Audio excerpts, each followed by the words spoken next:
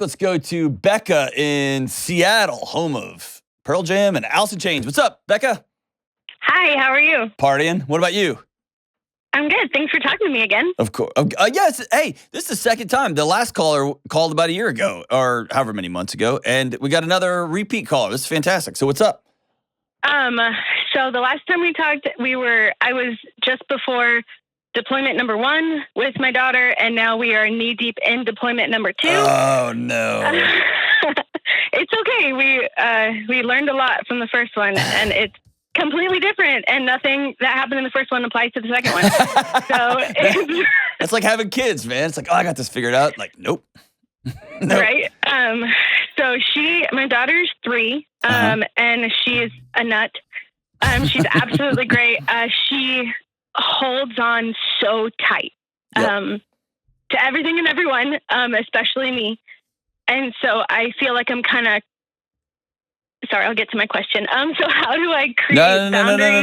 No. That was important. What were you going to say? You feel like what? I feel like I'm kind of at the end of my rope. Yep. Sort of. I'm so tired. Yeah. I'm so tired. And this actually has to do with that. And so so how do I create boundaries with my 3-year-old without weaponizing our relationship or making my presence a punishment for her, specifically at bedtime? It's so good. You are using my words against me, and I love it. I love it. In the car, I listen to your stuff, and I love it. And so I heard that, and that, like, it keeps rattling around in my brain because I'm trying to transition her into doing bigger girl, there's not big girl things, but like bigger kid things and being a little bit more independent. And our days are great. Like, I work full time, and so she goes to a daycare where she loves it. She's so happy. Her teachers are amazing. They know every transition. We have great communication with them. We come home, we go to the park, we have dinner, we read books, we do bath time, and then bedtime comes. And she just looks at me with those big brown eyes that I gave her, and she's like, "Don't leave me." Yes. And I'm like, dude. And I don't know if I lost whatever mom gene I was supposed to have, because I can't do like co-sleeping. Mm-hmm. I will be awake all night. It scares me. Her room is her safe place. Mm-hmm. And so for her to be in my room, I'm like, she's going to fall off the bed. And she's going to crawl off the bed and climb on a dresser. Like, I don't sleep when she's in my room. And so we've been doing this since she's 3, and I've been the only person getting up to get her. Yeah. And so I can't remember the last time I slept through the night, which is not I feel like this is a very common parent thing, but because I've been doing that now, I feel like I'm not a super emotional person, and I just break down crying because I'm so tired. Yes. And then my default reaction is kind of anger, and I've worked really hard in my life to not do that and to go towards other things and to like take a second and not do that. And now I feel like I don't even realize how angry I am until my brain comes around to realizing how mad I am. And I'm like, I feel like I'm behind. Yeah. Oh, man. I would, if your husband wouldn't kill me, I would hug you if you were sitting right here. He wouldn't. He wishes he could hug me too. I know he does. I have a couple of, let me write these down because I'm afraid we're going to, okay. Man, number 1, let's pretend there was no deployment. 3-year-old and bedtimes is the worst. Okay. So you've got 20 things happening all at the same time. Hear me say this. I have a smile on my face. You're doing a great job. Okay. And you didn't just hear the last call where we're yelling at each other. You are doing a great job. Okay. And the chaos you feel and this is never going to end. All of that is, I couldn't tell you how normal it is, okay? Yeah. It doesn't help, but it doesn't make it like, cool, we're all struggling with expensive beef. That doesn't make us less hungry, but it makes us feel less crazy, okay? Yeah. The two words I heard you say, I heard you say one word a lot, and then another word just kept coming to me, okay? Mm-hmm. And that sounded all woo-woo, like, I have a word spoken to me, like, not like that. And feel free to push back on anything, okay?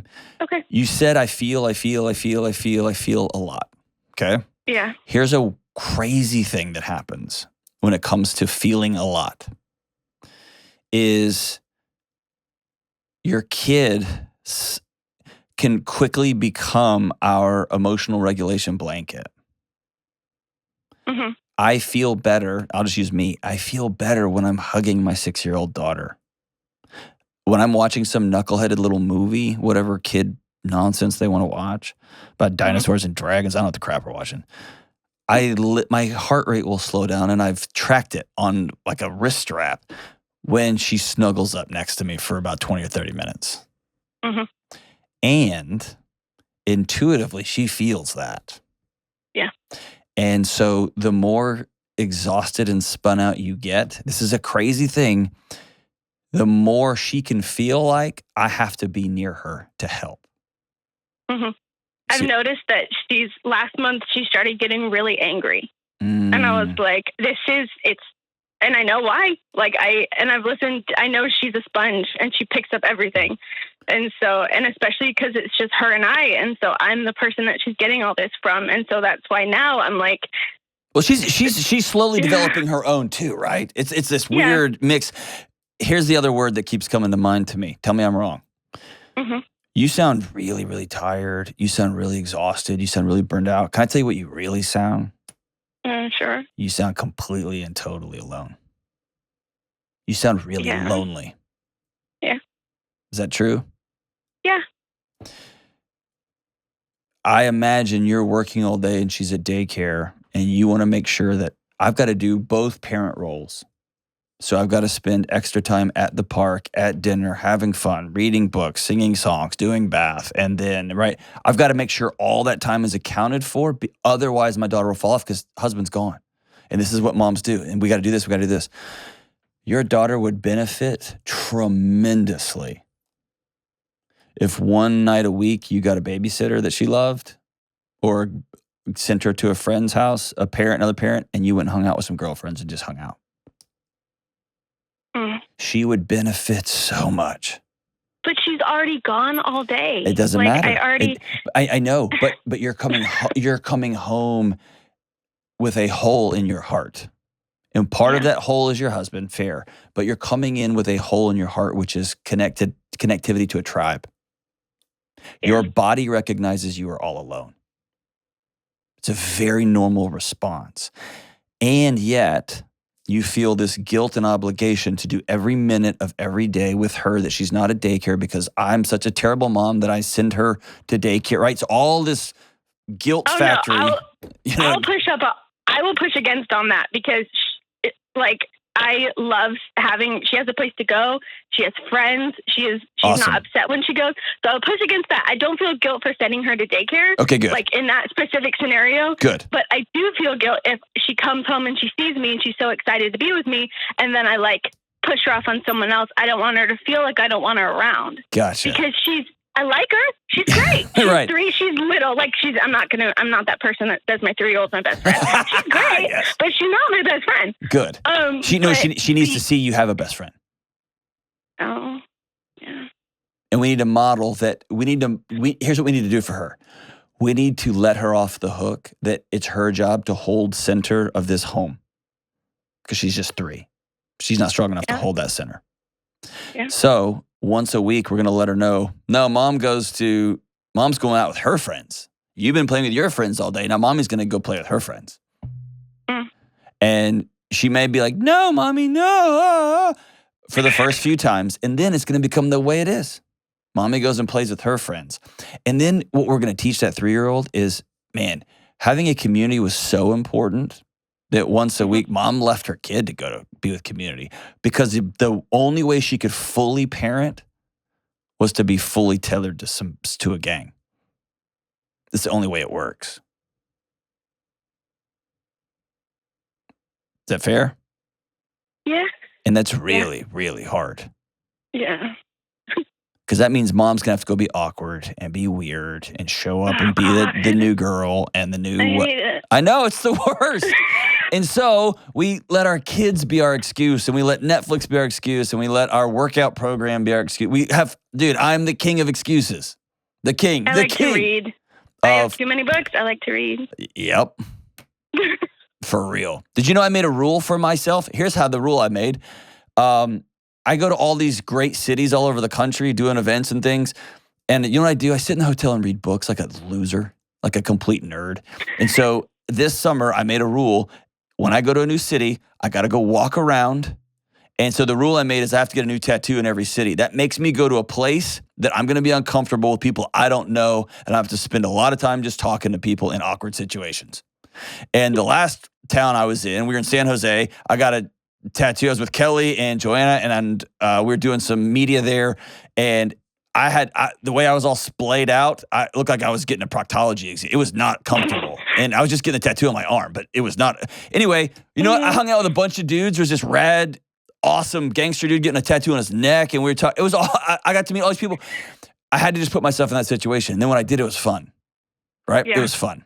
And then I had to explain to my daughter, like, Dad, why do you keep drawing on yourself, right? All that's part of, but I have to go out and do those things. I know the science. I know the reality of it, and I got to make myself do it. And that's where you are, okay? Now, when it comes to the sleeping thing, this is World War II. No, this is World War 7, 8, 9, and 10. The co-sleeping, not co-sleeping. Should we not? You even said, I guess I lost my mom gene. No, you're not failing as a mom if you want a full night's sleep. Okay, you're not.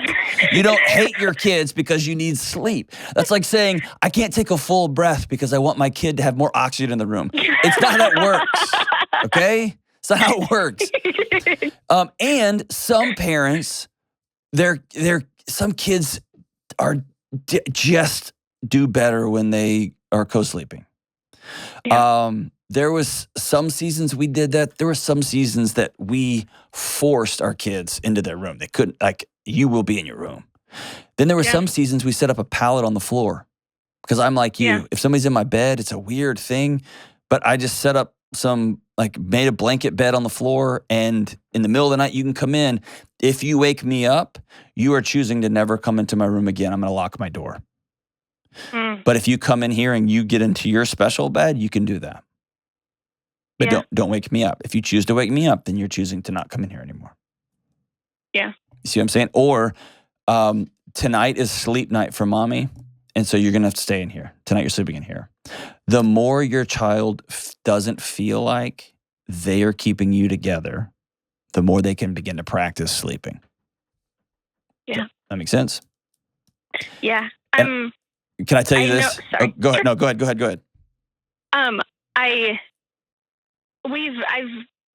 We've had to do a lot of transitions with her. And so even just like, finally we're at the place where I can hang out in her room for a couple minutes. We have a set amount of time. She's got this little thing that plays audiobooks. And so I stay for one chapter, and then mommy goes and has stuff to do. Mm-hmm. And so she's okay. She doesn't cry. She's like, okay, like once those chapters over, she's like, bye mom, go do your stuff. And I'm like, all right, cool. And so I get out and do my stuff. And then at like midnight, 1 o'clock, she's awake and her eyes are open, and she's like, mommy, why did you leave me? And I'm like, all right. And okay, so hold on. We got to that. Okay, sorry. I'm going to tell you something I just told the caller before me. We don't let 3-year-olds buy beer. We don't let 3-year-olds smoke. So 3-year-olds are going to wake up and say stupid 3-year-old things. You didn't abandon your daughter. You didn't leave her. She just asked you a dumb question that just bangs right on that mommy chord, right? I know, and then I'm like, well, is it dumb? Because her dad is in here. Like, it's not. And then, and then, like, John, you don't understand. Like, when people visit, like, my sister came to visit this summer, and she was here for a couple days, and then for a week, my daughter was asking why Auntie left her. And so it's not just me, and it's not my husband, it's everyone. Like, anyone who comes into her life, she holds on so tight. Hey, hold on. She's 3. I know, and I don't want her to feel that. Here's what she's feeling. She's just learning how relationships work. Yeah. And some relationships are here all the time. And some people come and then they go. And then some jobs you have, there's extended periods of time where we're gone. And there's going to be extended periods of time where they're home. Okay. And so when she asks hard questions, you have to remember she's 3 and the only relationship picture she has is to her teacher, to a couple of knuckleheaded 3-year-old friends, and to her mom and to her dad, right? Yeah. And so she has a picture of a relationship with mom where mom always stays. Aunt Susan looks just like mom. Cool. Aunt Susan's going to stay forever. Whoa, Aunt Susan left after a week. Yeah. Why did she leave? Why did she leave? Why did she leave? It's not her pointing out. It's not like I ask Kelly every day, why are you drinking again? Why are you drinking? She doesn't. She just covered her face. She doesn't drink at all. But like, it's not like I'm like, hey, why didn't you do this? Why didn't you like? That is like I as an adult am asking that question because there's like a performance issue or like a 3-year-old's just trying to figure out the boundaries of the world.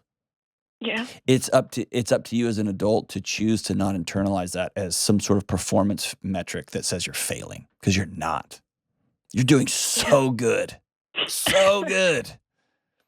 And when she says the more matter of fact you can answer those questions, the better. Because she will be like a sponge for your responses. Mm-hmm. Okay? So when she says, Mommy, why did you leave? You say, because Mommy needs to sleep. And then I'm on to my next thing. And if you need to go in your room and shut the door and then cry and be like, I'm the worst mom, go do that. But do it, take that from her so that when she asks these questions, she's just trying to figure out the boundaries. Why did Aunt Kim leave? Why did Aunt Susan leave? Why did Aunt whoever leave? Because she's got her own home and she has to go home and sleep in her bed. But she slept in our bed here. Yeah, this is our guest room. And she slept in our guest room. But her home is there. And that's where her friends are and her family is. And that's where her food is in her fridge. And so she had to go home. That's where her puppy is. And that's where she's got to go home. And you can say, it'd be a gift. I really miss her when she goes. Just like I miss Daddy. It's sad when people we love leave, huh? Yeah, it is. And now we're on to the next thing. You want to go watch a show? You want to go play? You want to go to the park, right? So now we're into the next thing.